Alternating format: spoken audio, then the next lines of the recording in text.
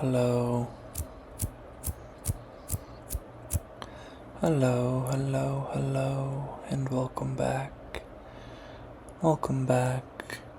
Welcome back to the channel. This is Tiki ASMR. Tiki, tiki, tiki, tiki, tiki, tiki, tiki.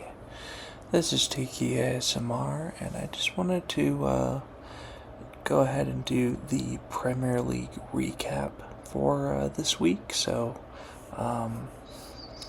the week actually ended 5 days ago, so we're a little bit behind on this week, but that's okay. I know been a busy week for me. I was actually in Kansas doing some wedding planning stuff. So the wedding's coming up in May, so it's coming up quick. So we're just trying to get that sorted out. But I did want to get this up for the match week 7 games.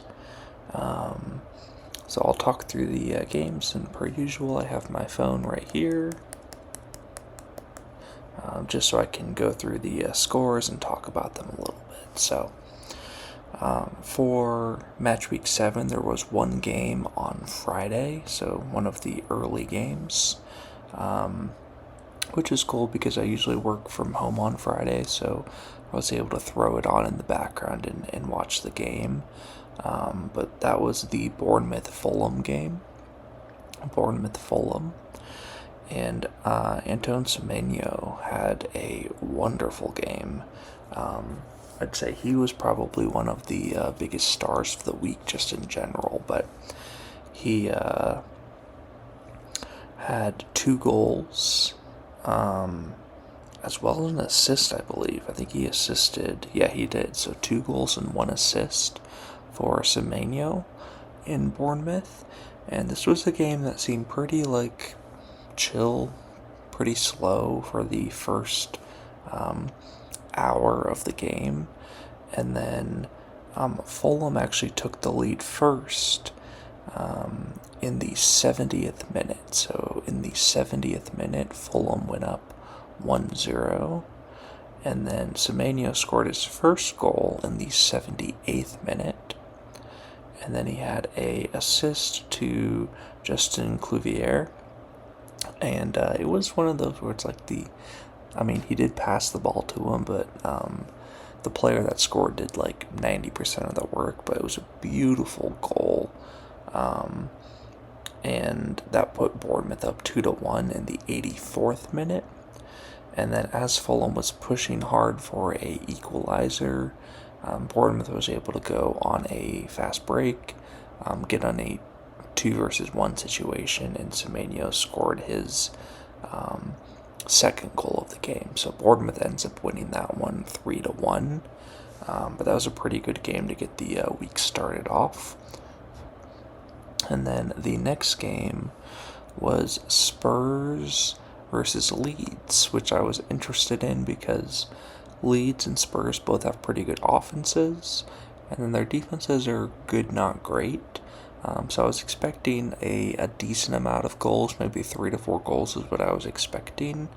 And we did get 3 goals in the game. So Matthias Tell for the Spurs scored in the 23rd minute to go up 1-0 over Leeds.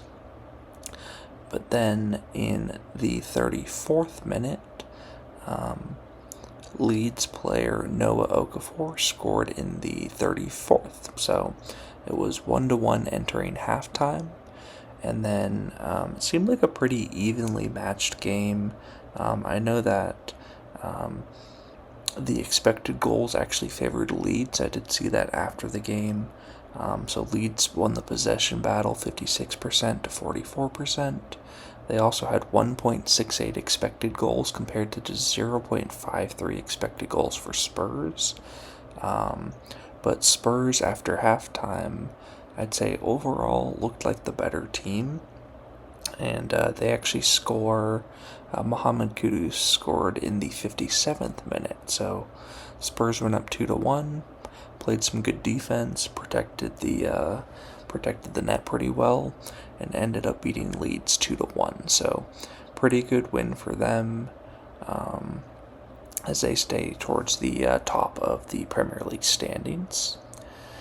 And then the next game was Arsenal West Ham, and West Ham woes continue to happen.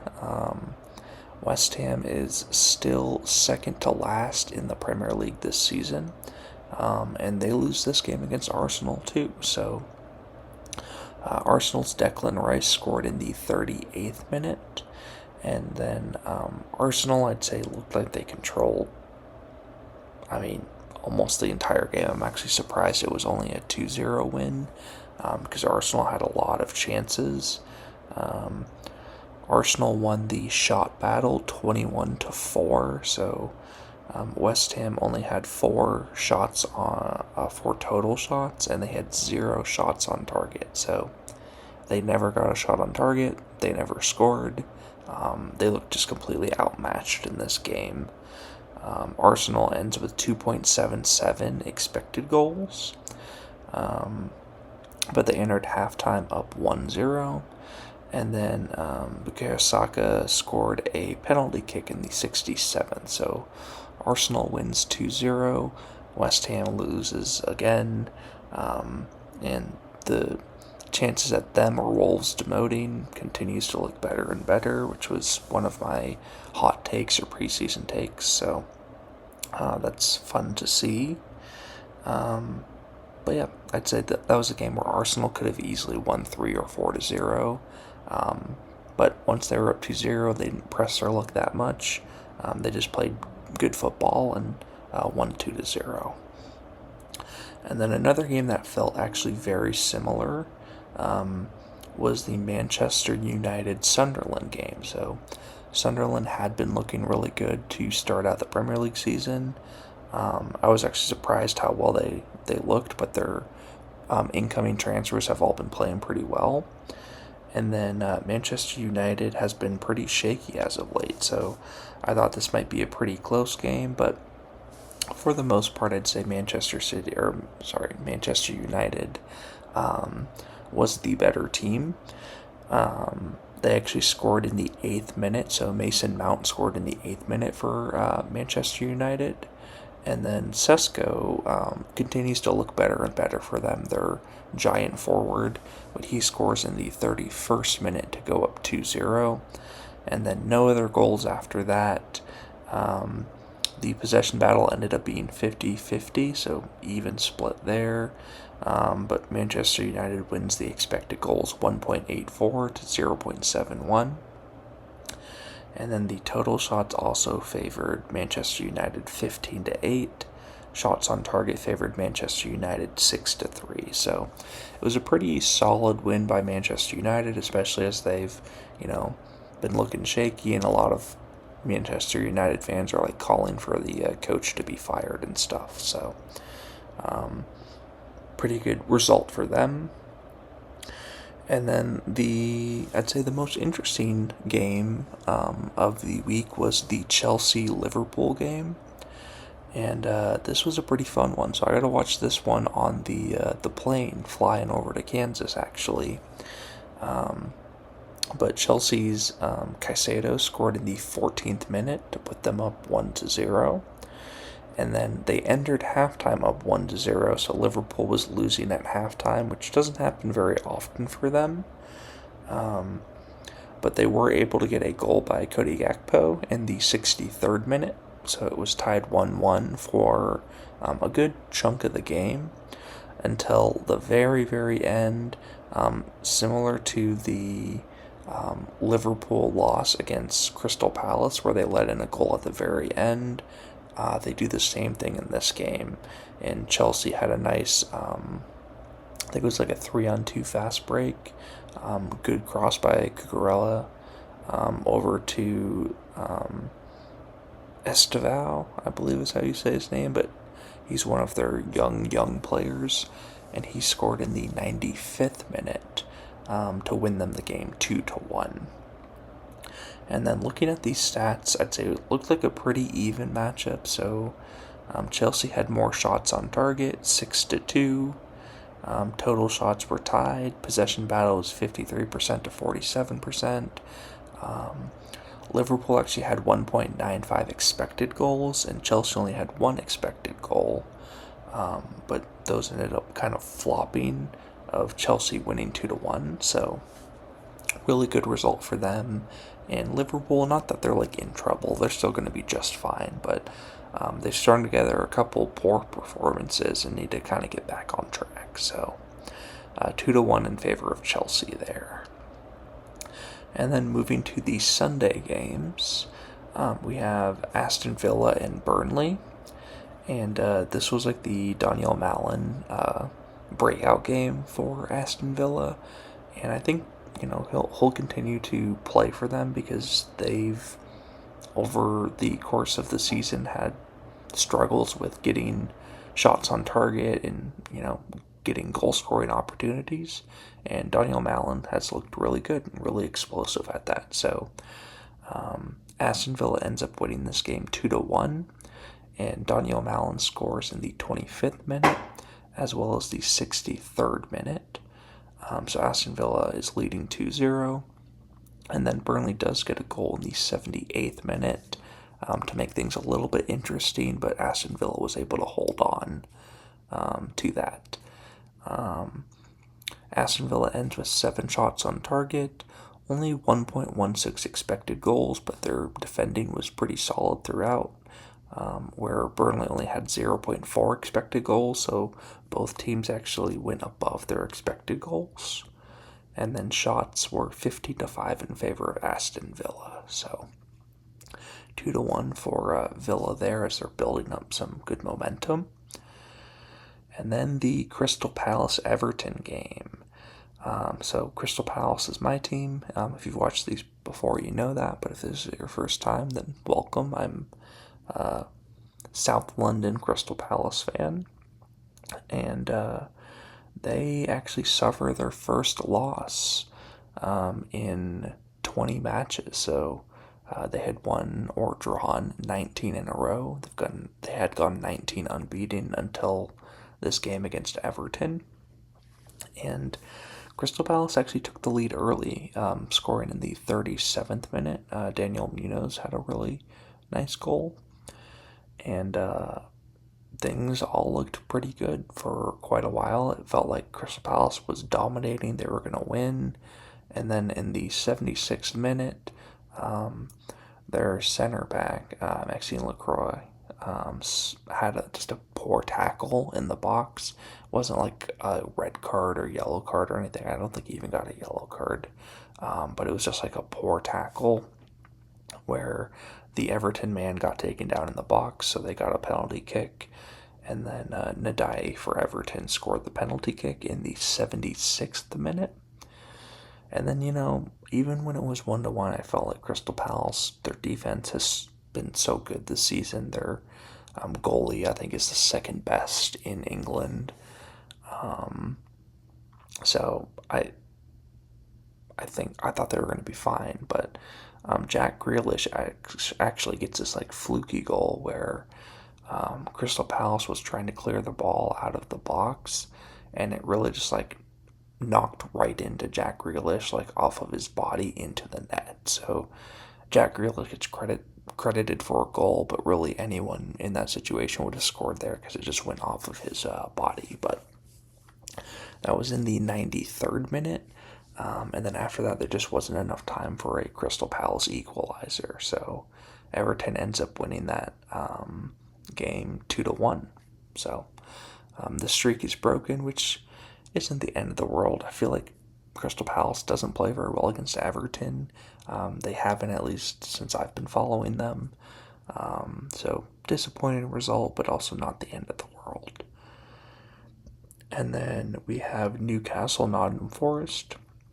And Forest has continued to just not play very well.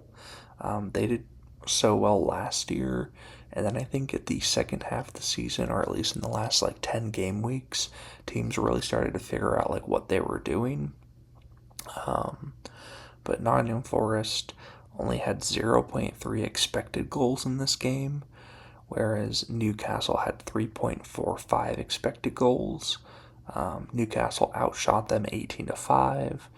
Shots on target went 9-4 in favor of Newcastle, and Newcastle scored in the 58th minute.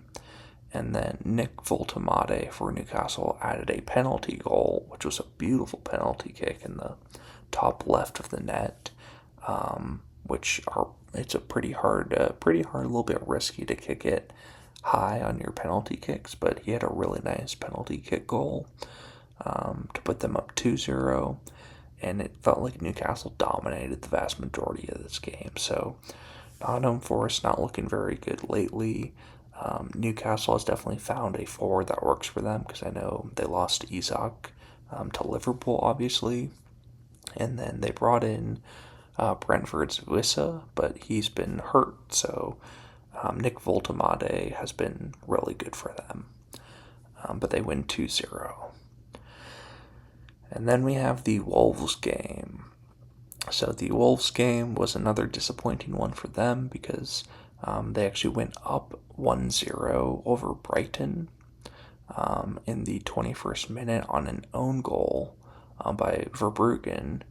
I didn't get to see that goal or this game, but I believe that Verbruggen is their goalie, if I'm correct. So I'm curious to see how that own goal happened. I might have to look that up after this. But Wolves led 1-0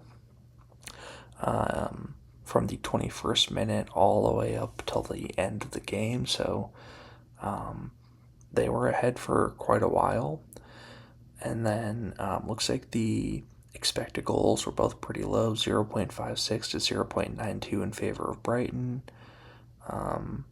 Brighton does get 17 shots in comparison to Wolves' 6 shots, as well as 6 shots on target compared to Wolves' 3 shots. So they definitely had more opportunities, but they finally connect and score their first goal of the game when Jean-Paul Van Hecke scored in the 86th minute for Brighton. So much like last week where Wolves was winning, then gave up a late goal to tie instead, they do the same thing this week against Brighton and tie 1-1. So Wolves still has not won yet this season. They have 2 draws now, so 2 points, but they're at the very bottom of the Premier League table, so pretty disappointing result for them again. And they look like the favorites to be demoting as one of the 3 bottom teams, at least in my opinion. And then the last game of the game week was the Manchester City-Brentford game. And I was expecting this to be a little bit more action, a little bit more high scoring for Manchester City, just because Brentford likes to get out and attack, but they also don't have the best defense. And it looked like that could be the case early on, because Erling Haaland scored in the 9th minute for Manchester City. But that is the only goal of the game, so there ended up being just 5 total shots on target by 2 teams combined. It was kind of the Pep ball, Pep Guardiola for Manchester City.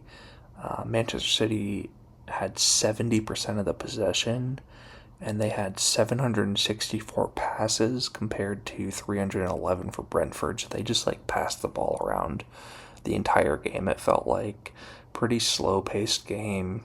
Expected goals were 0.85 for Manchester City to 0.7 for Brentford, but I'd say it was a pretty boring game in my opinion. This was one that I caught most of, and I was just had it on the background, was kind of watching, but it was pretty boring after the first goal by Manchester City. But Manchester City does win 1-0, so good result for them. Because it didn't look like they had to expend that much energy. Erling Haaland got the goal, and they just played solid defense, solid football the rest of the game. So those are all the games for match week 7. Pretty fun week, I'd say. I felt like there was a lot of competitive games, at least. Not a lot of blowouts. It looks like every game except for, I guess, 4. The Bournemouth game was 3-1, and then there was 2-0 wins, but it seemed like there was a lot of competitive games in match week 7 as well. So, and then looking forward to match week 8, Match week 8, we do have games on Saturday and Sunday, as well as a Monday game. So on Saturday for match week 8, we have Nottingham Forest and Chelsea. So Nottingham Forest schedule doesn't get any easier. They'll have to really step up to try to beat Chelsea. We have Brighton and Newcastle. Burnley and Leeds. So Burnley and Leeds could be pretty fun because those are two promoting teams that are fighting with each other to try to stay up. And Burnley, where they're sitting right now, this is kind of, you can never say it's like a must win in game week 8 because there's just 30 more games that they have to play, but this is a pretty important game for them to try to get a result against Leeds. Crystal Palace Bournemouth I think should be pretty fun. Semenyo against the Crystal Palace defense I think should be pretty exciting. Manchester City and Everton, that should be a fun matchup.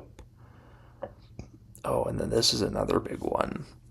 Sunderland Wolves. So if Sunderland can beat Wolves, they're going to have 14 points, and Wolves will still be at 2 points, which is such a big gap where they're essentially guaranteed at that point to finish above Wolves if they can just continuously win or tie a couple games here and there.